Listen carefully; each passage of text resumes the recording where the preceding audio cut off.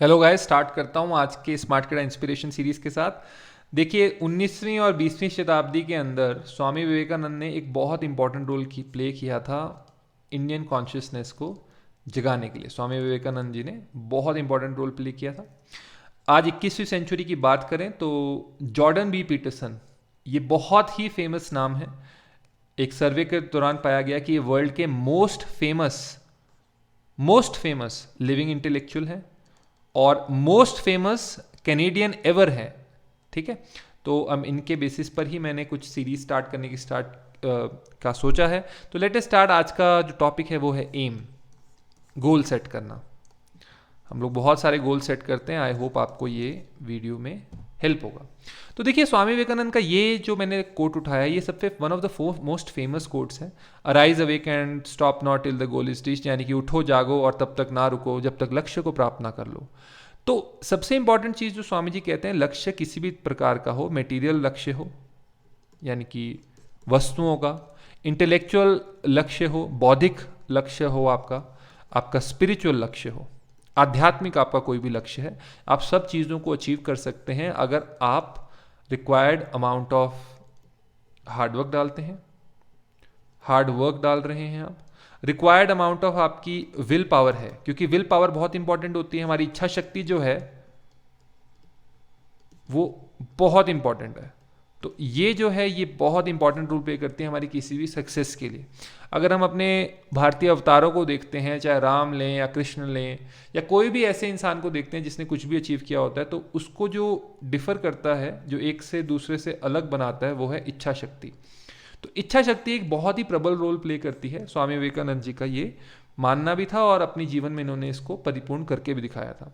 तो एक बार वाराणसी में जब ये लेक्चर दे रहे थे, तब ये वर्ल्ड फेमस प्रसिद्ध नहीं हुए थे, तो वहाँ के जो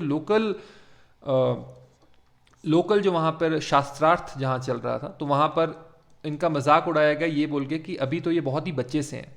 तब इन्होंने मन ही मन सोचा कि एक बार मैं वाराणसी यानी कि शिव की नगरी काशी विश्वनाथ दोबारा आऊँगा, जब मैं विश्व विजय करके आऊँगा। और वो विश्व विजय हुई, 2-3 साल के अंतराल के बाद वो विश्व विजय हुई। परंतु ये सब पॉसिबल हो पाया, दोबारा एक बात कह सकता हूँ मैं, इच्छा शक्ति के बल पर, उनकी इच्छा शक्ति और उनके हार्डवर्क के कारण। सो ये बहुत ज़रूरी है arise awake and stop not until the goal is reached के लिए, कि आप प्रोसेस के ऊपर ध्यान दें, यानी कि कर्म योग के ऊपर ध्यान दें, प्रोसेस के ऊपर काम करें और गोल आपको मिल जाएगा। लेटेस्ट से कि 6 महीने आपने मेहनत की, आपने जीके वीके सब कुछ तैयार किया और क्लर्क का पेपर नहीं निकला, तो इसका मतलब ये है कि कहीं ना कहीं इस प्रोसेस के अंदर कुछ ना कुछ कमी रही होगी या आप थोड़े अनलकी रहे होंगे। लेकिन अब 8 मंथ्स के बाद जब यही एग्जाम आएगा किसी और एग्जामिनेशन का, 9 मंथ्स के बाद आएगा, 10 मंथ्स के बाद आएगा, और आपका जो प्रोसेस है वो लगातार जारी है, तो आप 10th मंथ में या 11th मंथ में या लेटेस्ट से 24th मंथ में आप ज़रूर और ज़रूर सफलता को पाएंगे, अगर आप प्रोसेस के ऊपर वर्क करेंगे। इसके बाद हम चलते हैं कि हम प्रोसेस किस चीज़ के लिए करें। बहुत से कारणों से हमारे बचपन से हमें सिखाया जाता है कि तुम उतने काबिल नहीं हो, या हम ये सोसाइटी से सीख जाते हैं कि क्या मैं ये कर पाऊंगा। हमारे टीचर्स या हमारे पेरेंट्स कई बार हमें मोटिवेट करने की जगह डीमोटिवेट कर देते हैं।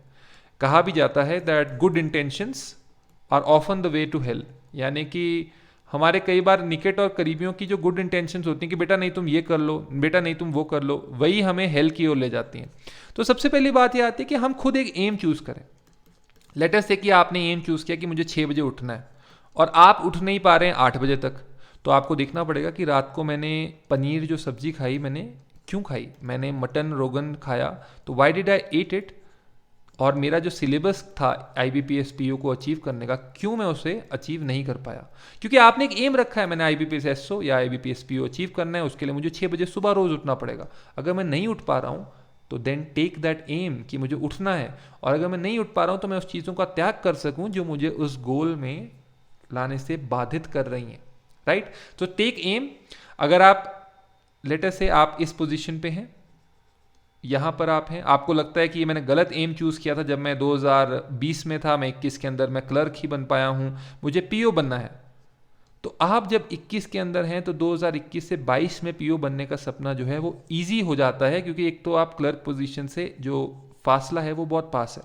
अगर मान लेते हैं आपने एम ही नहीं लिया ना, 2020 में लिया, 21 में लिया, 22 में लिया, 23 में लिया, तो आप इसी पोजीशन पे देखिए आप रह रहे हैं, और आप एम नहीं ले पा रहे हैं। तो पहले आप एम लीजिए, चाहे आपने क्लर्क का एम लिया है, चाहे आपने पीओ का एम लिया है, चाहे आपने आरबीआई ग्रेड बी का एम लिया है, चाहे आपने आईएएस का एम लिया, kindly take the aim. Then after aiming taking the aim, take the time to train your mind. Because देखिए, आपने लेटर से आपने कोई एम लिया कि आपने 10 मंथ्स तक स्टडी करनी है। अब बहुत सारे एल्योरमेंट्स आए, आप मल्टीपल रिलेशनशिप्स में चले गए, राइट, आप मल्टीपल नशा पदार्थ का सेवन में चले गए, तो जो आपकी एनर्जी है, जो एक बुलेट के प्रकार यहाँ जाकर आपके एम को हिट कर रही है, वो डिसिपेट हो गई, और वो बीच में ही, जिसे मैं यहाँ पे दिखा सकता हूँ आपको, वो बीच में ही यहाँ जैसे वो पहुँच ही नहीं पाएगी और यहीं पे ख़त्म हो जाएगी।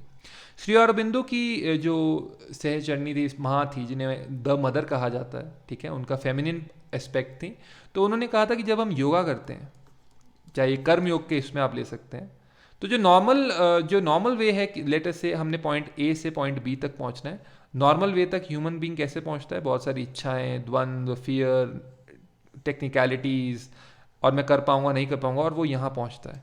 लेकिन जब हम योगा करते हैं, यानी कि हम कर्म योग करते हैं, हमने अपने माइंड को ट्रेन किया हुआ है, तो पॉइंट ए से पॉइंट बी ऐसे पहुँच जाते हैं। अगर हम ऐसे नहीं भी पहुँचे तो भी हम ज़्यादा से ज़्यादा ऐसे करके पहुँच जाएंगे, जो कि बहुत जल्दी पहुँचना हुआ, रेदर देन नॉर्मल लोगों की तरह अपने ऊपर डाउट करके पहुँचने से, या इधर उधर multiple activities, multiple drug related activities, intoxicants as well as relationships, जो भी आज के यूथ को डिस्टर्ब करती हैं। So take the time to train your mind. The last thing is कि जो भी आप एम करते हैं वो आपको दिखाता है कि आप क्या देख रहे हैं। अगर आपने पीओ एम किया है तो नेचुरली आप लाइब्रेरी में जाओगे, आपको पीओ प्रिप्रिंट्स पसंद आएंगे, पीओ प्रिप्रिंट से आपकी बात होगी, पीओ प्रिप्रिंट से आपको लड़की भी पसंद आएगी, पीओ प्रिप्रिंट से आपको लड़के से भी बातचीत होगी, पीओ प्रिप्रिंट्स ही आपको टेस्ट, पीओ प्रिप्रिंट्स के लिए ही आपकी जो बुक्स हैं वही आप लेंगे।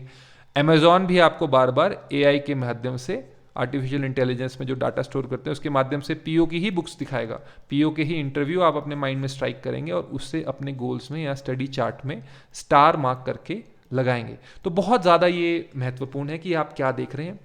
जिसे मान लेते हैं कि नॉर्मली आप 20 ईयर्स के अंदर हैं, अब इसके अंदर अगर आपने एक लक्ष्य बनाया हुआ है, तो जो ड्रग्स हैं, मल्टीपल रिलेशनशिप्स हैं, बहुत सारी चीज़ें वो आपको दिखाई ही नहीं देंगी, क्योंकि आपके लक्ष्य का सामना बिल्कुल सामने है, दैट इज़ IBPS PO या IBPS SO।